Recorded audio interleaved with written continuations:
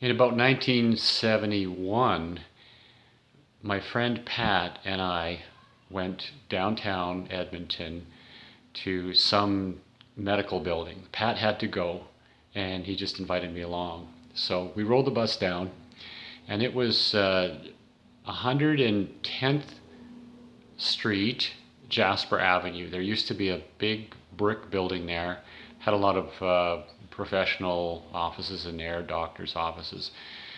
Pat had to go down there for some reason. So we went down there, and of course we're chatting it up on a bus. Then we get off the bus, get into the building, and he's on, his appointment is on the second or third floor.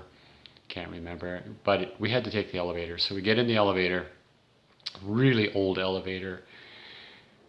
And for some unexplained reason, Pat decides that he wants to see the floors going by as we go up in the elevator. And I'm just watching him. I'm not saying anything. He goes up to the doors, the closed elevator doors, and he puts his fingers in the crack and he starts pulling a little bit and a little bit harder and a little bit harder.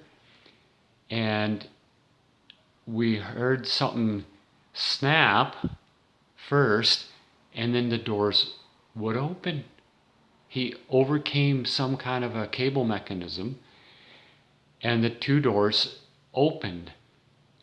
And they opened a little bit, but he didn't stop spreading them apart. Like the elevator was still moving, but within about a second, like he had them open about 2 inches for about 1 second, and then he just went bam like this, and then the doors just started to roll all the way open, and we heard this gigantic bang, and the elevator stopped. It stopped between, I think it was the second and third floor. So the doors were open, and we could see the concrete between the floors, and there was like the third floor up on the top part and the second floor on the bottom part, and we're freaking out, we're scared. So we were trapped there. We didn't know what to do. So Pat gets on the emergency phone, and there's no answer. You just pick it up. I can't remember. You hit a button. I think it hit a button as well, and it rang. And we heard the ringing. The ringing was down on the first floor.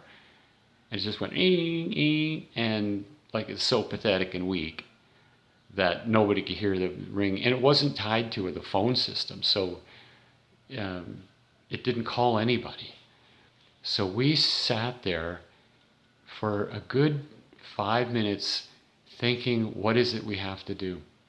Because we knew that the elevator could start moving at any moment. So if we were trying to dive out to the second or the third floor, we could get cut in half. So I didn't want to get cut in half. So the strangest thing is, nobody came down the hallway. They would have noticed us. They would have called somebody. But there's nobody there. This is for 5 solid minutes in a busy professional building.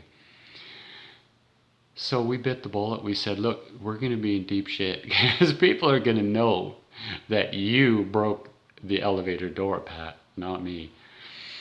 But we didn't want to stay in there any longer. So I think it was Pat who went first because he was the most desperate because he knew I'd blame him. And so he had to take a good running jump at the third floor. So we decided we're going to go for the upper floor because it was more acceptable to be cut in half with your top half on the ground instead of the elevator, instead of, like, if we went to the second floor, we'd have to go feet first, right? So you'd have to push yourself, and then you're kind of blind. You're kind of just jumping off with your head still on the elevator car. You can't see what you're dropping into. But if you go head first onto the third floor, at least you can see around you and make adjustments.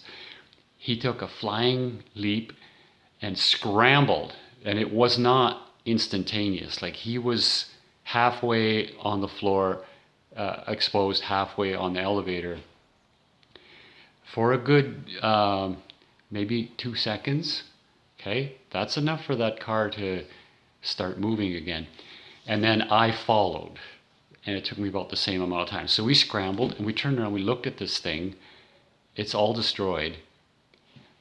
So what the hell did we do?